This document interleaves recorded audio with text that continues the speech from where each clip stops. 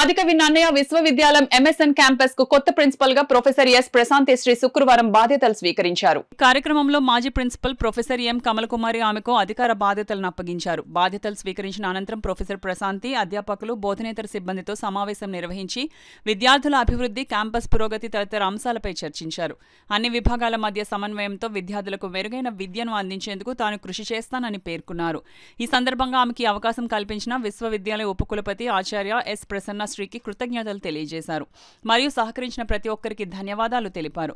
ఈ కార్యక్రమానికి assistant principal doctor M Pochaiah, doctor Stephen, Manoj Deva, doctor Sriramaraju, doctor Madhukumar, doctor Gopi, doctor Haribabu, Radhamadhavi, doctor Harika, Hemalatha, Vijayasri, Esther Rani, establishment విభాగం నుండి వి శ్రీనివాస్, అజయ్ కుమార్, సురేంద్ర, చైతన్య తదితరులు హాజరై ప్రిన్సిపల్ను అభినందించారు.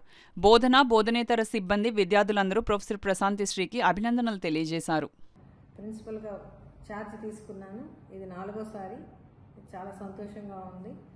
ఎందుకంటే ఇటీవలే మా నన్నయ్య యూనివర్సిటీకి కొత్త వైస్ ఛాన్సలర్ వచ్చారు, ప్రొఫెసర్ ప్రసన్నశ్రీ.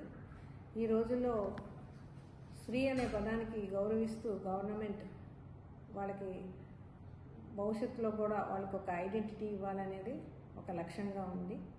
మా క్యాంపస్కి వస్తే ఇక్కడ మాకు కేవలం ఇది పీజీ సెంటర్, అంటే post graduation and research campus ఇది. ఈ క్యాంపస్ కొన్ని సంవత్సరాల నుంచి మన కాకినాడలో ఉండడం మనకి చాలా ఆనందంగా ఉంది. ఇక్కడ స్కిల్ డెవలప్మెంట్ ప్రోగ్రామ్స్, స్టూడెంట్స్కి డిఫరెంట్ మోటివేషనల్, పర్సనాలిటీ డెవలప్మెంట్,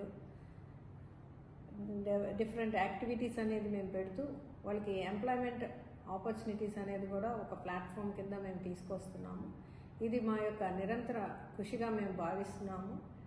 ఈ క్యాంపస్లో చదువుకున్న పిల్లలందరికీ కూడా మేము ఆహ్లాదకరమైన వాతావరణం ఉండాలని, వాళ్ళకి ఆడుకోవడానికి మైండ్ రిలాక్సేషన్ అవ్వాలని మేము నిరంతరం వాళ్ళ ముందు మేము శ్రద్ధ పెట్టి వాళ్ళు బాగా చదువుకొని ఇక్కడి నుంచి బయటికి వెళ్ళి భవిష్యత్తులో కూడా మేము చెప్పిన పాఠాలని వాళ్ళ జీవితాలకు ఉదాహరణగా తీసుకొని వాళ్ళు ఉన్నత శిఖరాలకి వెళ్ళాలని మేము ఎప్పుడు భగవంతుని కోరుకుంటాం.